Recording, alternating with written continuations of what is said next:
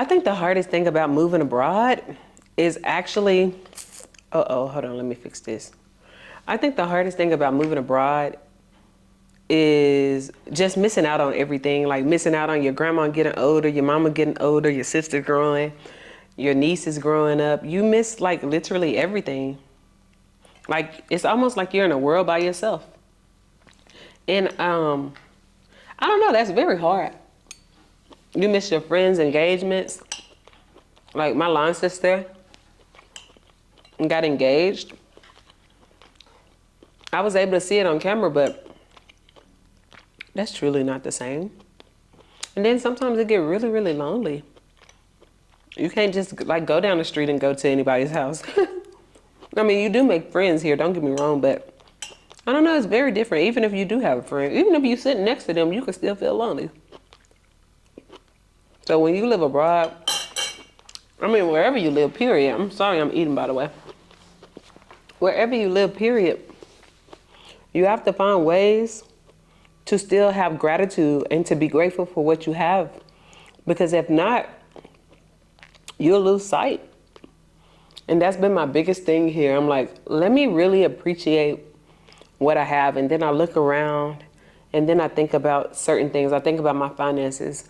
I think about my spiritual self. I think about my fitness journey. And then I find ways to be grateful. I think about my students that I have here.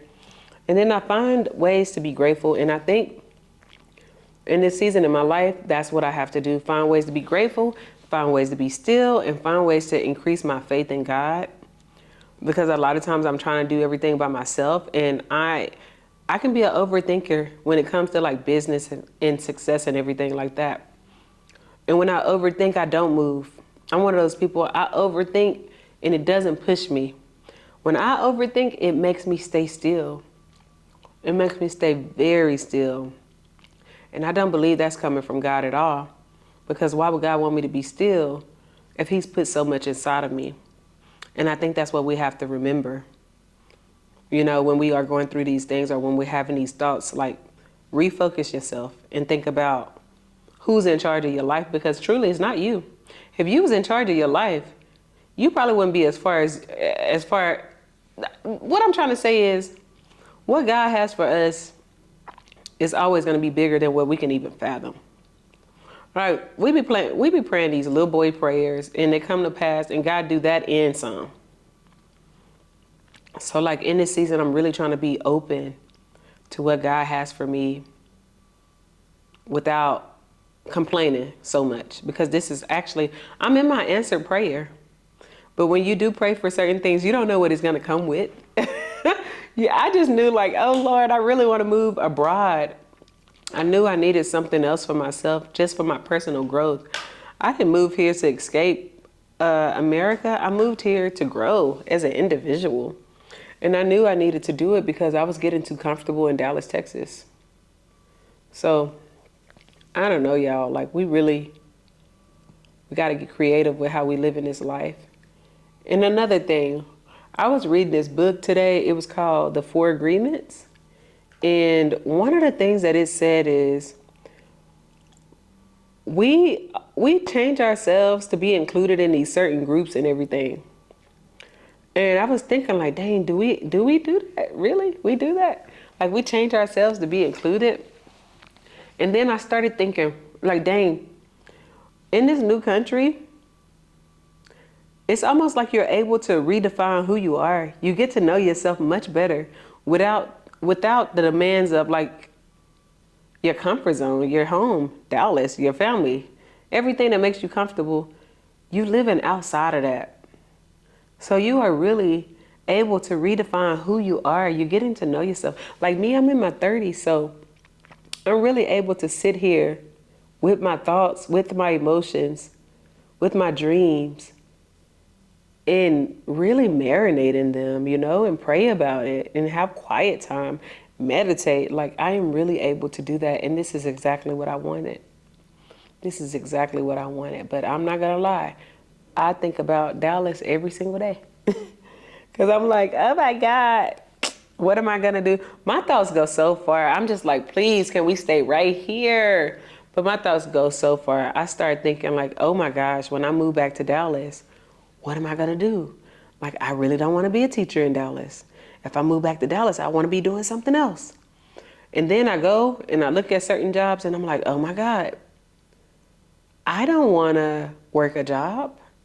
I want to be making my own money. I want to wake up, create this content, and make my own money. And go on about my day and help people, you know, give out to the homeless, like start my own nonprofit. Those are things that I really want to do. And I know that I can do some of these things as a teacher, but I've been teaching for a long time, over 10 years. So at this point, I'm like, maybe it's time. No, I'm not like maybe. I know. It's time for me to step into something new.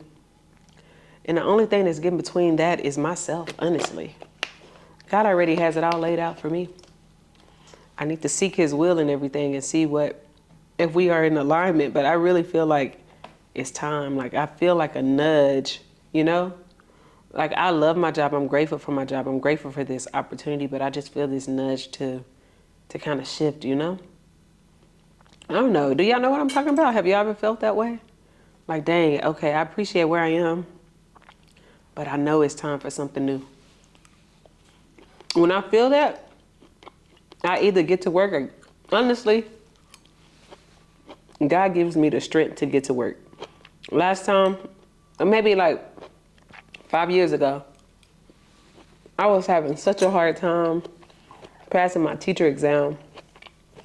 And I had got to the last time, and in Texas, you have 5 times to take the test. If you don't pass within 5 times, you just can't take it anymore.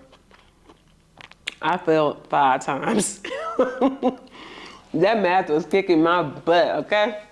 I failed 5 times. I failed that test 5 times.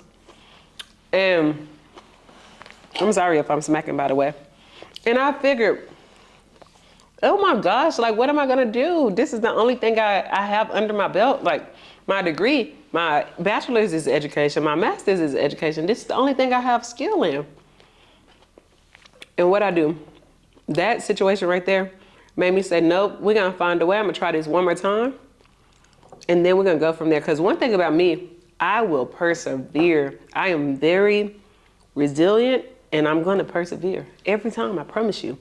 When my back is up against the wall, but that's the thing too I'm trying to get out of. My back doesn't need to be against the wall for me to keep pushing. It doesn't. But anyways, let me tell y'all the story.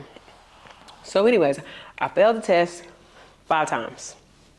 Then I went and got it appealed. I said, hey, can I take this test one more time? They said, yes, you need to do X, Y, and Z. So I did X, Y, and Z. I had to pay some money, take some training classes or some education classes, and then I was able to take the test. I studied for that test religiously every single day. I was not playing no games. I was studying every single day. As a matter of fact, I'll get off work exhausted. Then I would go to this church and I would study every single day. I studied for about a month straight. Then after I passed the test, I went and took the test and then I passed the test. Another time I felt this way was 2 years ago. I was going to my last district that I was at, and I was just like, this is a lot. Like, it's time for me to shift. And boom, I ended up moving here. So I think we got to listen to our minds, listen to our spirits. We know exactly what we need. And we have exactly what we need too. Like, we don't have to be stuck where we are. We don't have to be stuck. Y'all, I made some sweet potatoes in the air fryer. Look at them eggs. I think I did a good job. Look. But yeah,